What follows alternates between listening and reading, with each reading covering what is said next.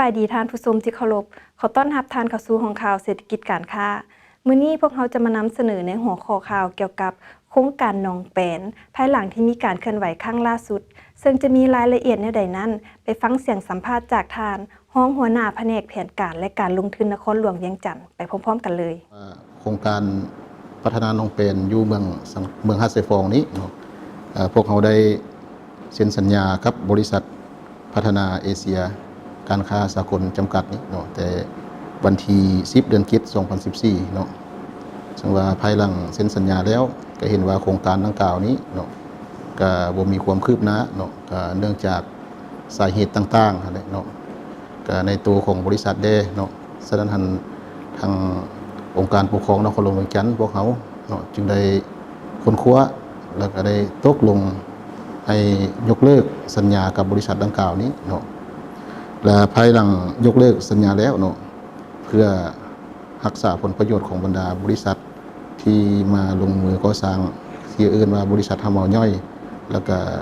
สิทธิผลประโยชน์ของประชาชนที่ว่าถูกผลกระทบจากโครงการนั้นเนาะพวกเขาก็ได้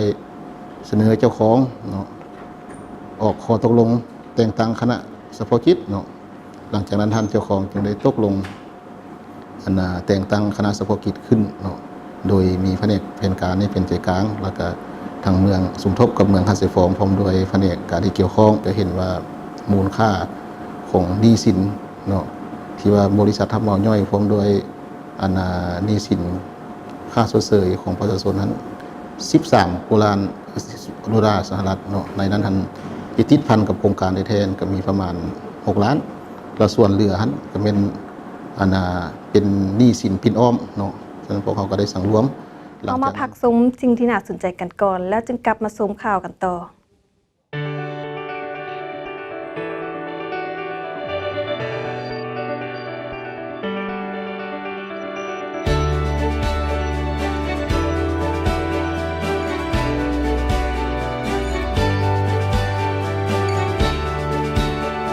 พลังที่แข็งแกร่งกับทุกการเดินทางที่จะนำพาทานไปสู่ความสำเร็จ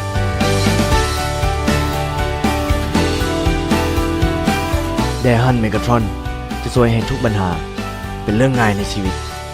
ด้วยฟังก์ชันต่างๆที่หลากหลายเดฮันเมกาทรอนไม่ได้เป็นเพียงแต่รถ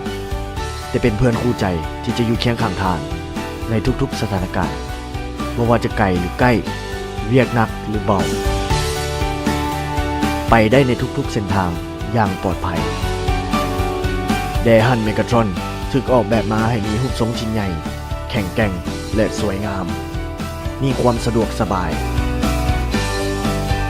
สามารถตอบโจทย์ให้กับทุกไลฟ์สไตล์ได้เป็นอย่างดีเพื่อการก้าวกระโดดไปอีกระดับหนึ่งของธุรกิจที่ดีขึ้นสัมผัสพลังงานที่แข็งแกร่งกับทุกการเดินทางเดฮันเมกาทรอนประสบการณ์ใหม่ที่ดีที่สุดของกระบะ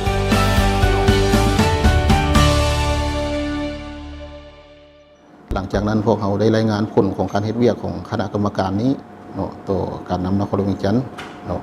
ในเคียงคู่กันนั้นทางท่านธนกิจสุวรรณวงศ์นั้นเนาะเพิ่นก็เสนอตึกอีกว่าเพื่อความยุติธรรมระหว่างบริษัทเนาะกับภาครัฐพวกเขานี้เนาะเสนอให้ทางนครหลวงพวกเขาสมทบกับบริษัทจ้างบริษัทที่ปรึกษาเป็นบริษัทกลางเนาะมาไล่เนาะหลังจากนั้นพวกเขาก็ได้ตกลง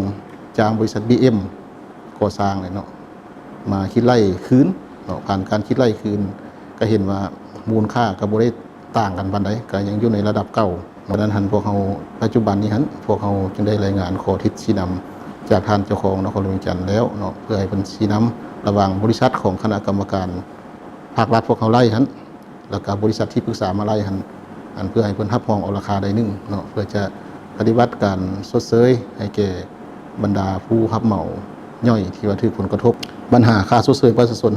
เนื่องจากว่ามาฮอดปัจจุบันนี้โครงการนี้ถูกลบล้างแล้วเนาะฉะนั้นยังบ่ทันมีบริษัทใดยื่นมือเข้ามาลงทุนเทื่อเนาะฉะนั้นการชดเชยผลกระทบต่อสิทธิ์นำไส้และผลประโยชน์ของประชาชนนั้นว่าทางนี้ทางนั้นคณะกรรมการพวกเขาก็ยิมพรสรุปสังรวมหนี้สินต่างๆที่ว่าบริษัทสัมปทานเก่าได้ติดหนี้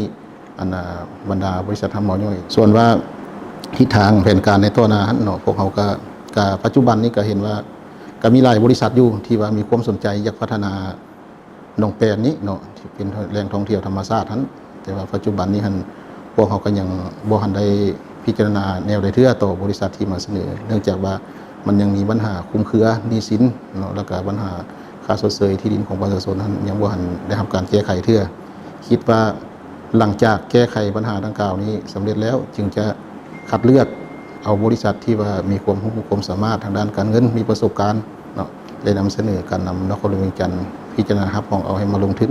สำหรับการรายงานข่าวเกี่ยวกับโครงการหนองเปนยังบ่ทันหมดเพียงเท่านี้พวกเรายังจะนำเสนอในมื้อต่อไป